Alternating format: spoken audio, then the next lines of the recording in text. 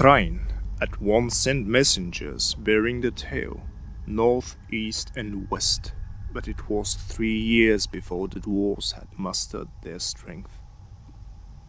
Durin's folk gathered all their host, and they were joined by great forces sent from the houses of other fathers.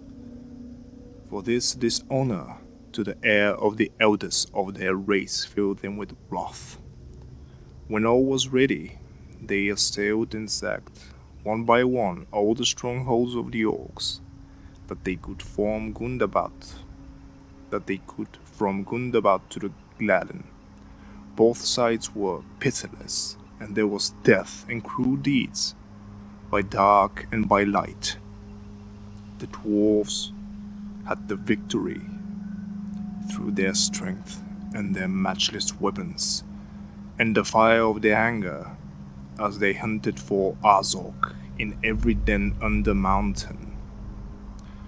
At last, all the orcs that fled before them were gathered in Moria, and the dwarf host in pursuit came to 𝗏𝗏𝗏𝗏.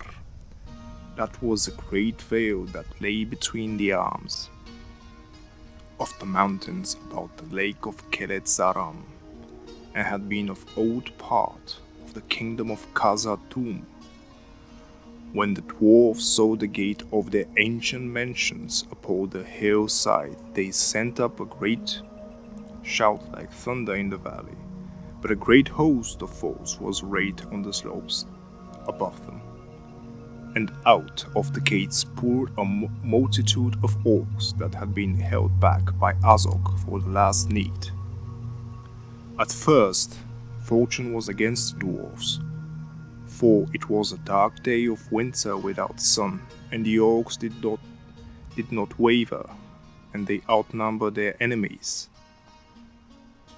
and had the higher ground. So began the battle of 𝗏𝗏𝗏𝗏, or 𝗏𝗏𝗏𝗏𝗏 in the Elvish tongue, and the memory of which the orcs still shudder and the dwarfs weep. The first assault of the vanguard, led by 𝗙἗, was thrown back with loss, and 𝗙἗ was driven into a wood of great trees that then still grew not far from 𝗙𝗵𝗃𝗃.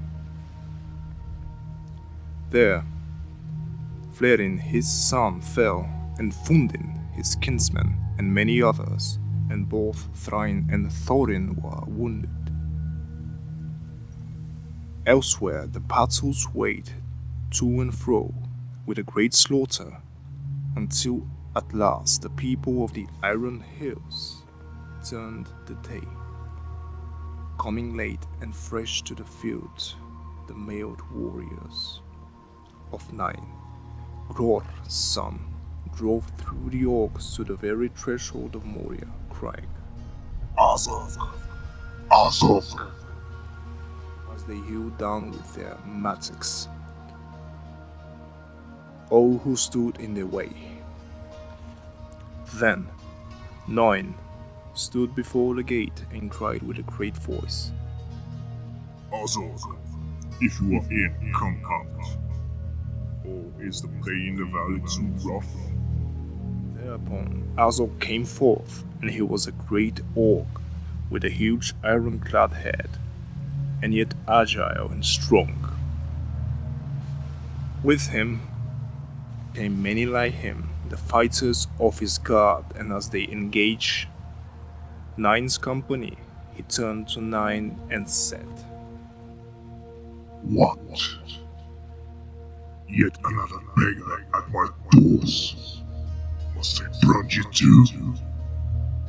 With that he rushed at 𝗏, and they fought, but 𝗏 was half blind with rage, and also very weary with battle, whereas 𝗏𝗏𝗏𝗏 was fresh and fell full of guile.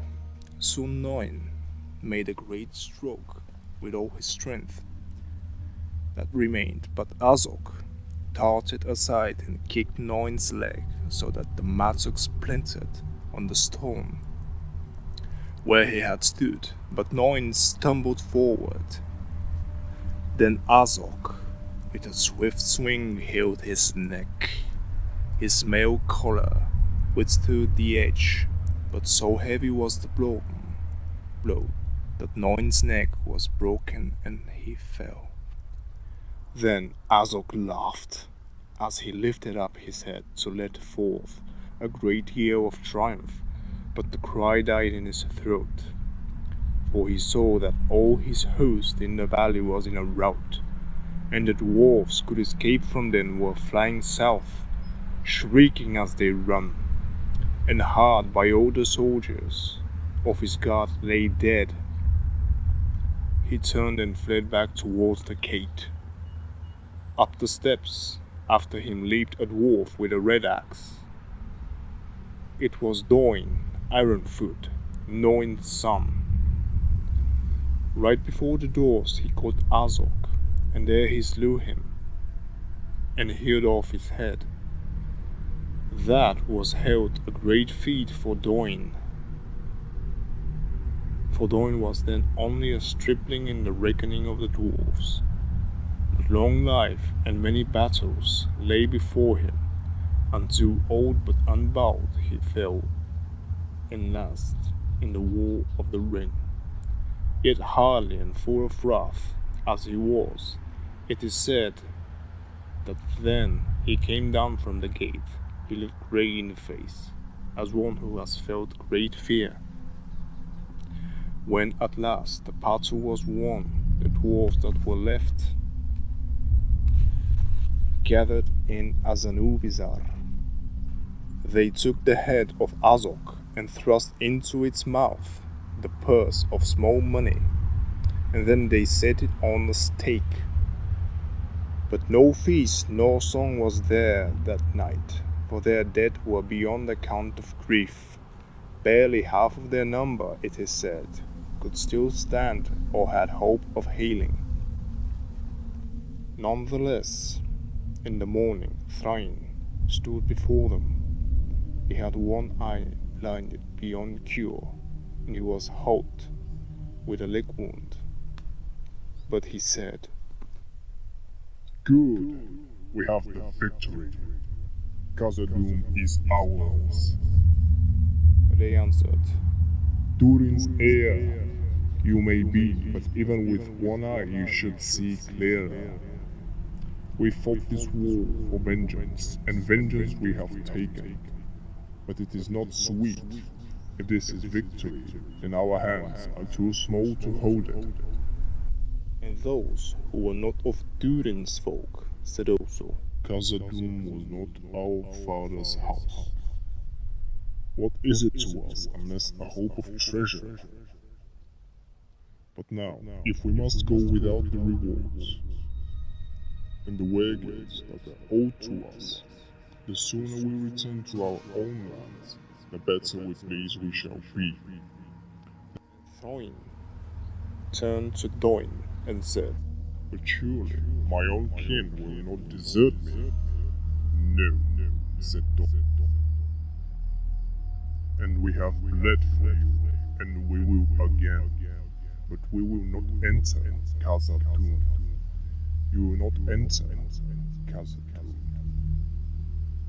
Only I have looked through the shadow of the gate. Beyond the shadow, it waits for you still, Durin's reign. The world must change, and some other power than ours must come before Durin's folk. Walk again in Moria. So it was that after 𝗏𝗁𝗀 the dwarfs dispersed again, but first with great labor they stripped all their dead, so that orcs should not come and win their store of weapons and mail.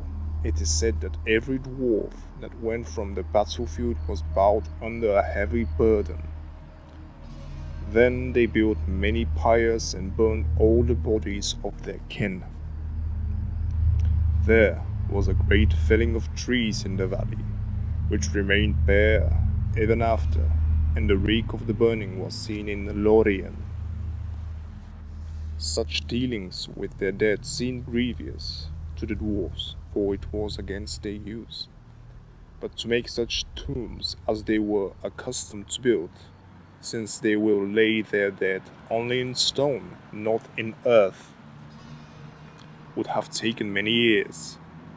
To fire, therefore, they turned, rather than leave their kin to beast or bird or carrion orc. But those who fell in as a 𝗙𝗶𝗍 were honored in memory, and to this day a dwarf will say proudly of one of his sires, "He was a burned dwarf, and that is enough." When the dreadful fires were in ashes, the allies went away to their own countries, and Durin Ironfoot led his father's people back to the Iron Hills. Then, standing by the great stake, Thrain said to Thorin Oakenshield, "Some would think that this has dearly bought. At least we have given our kingdom for it. Will you come with me back to the anvil? Or will you beg your bread at proud doors?" "To the anvil," answered Thorin. "The hammer will at least keep the arms strong, until they can wield sharper tools again."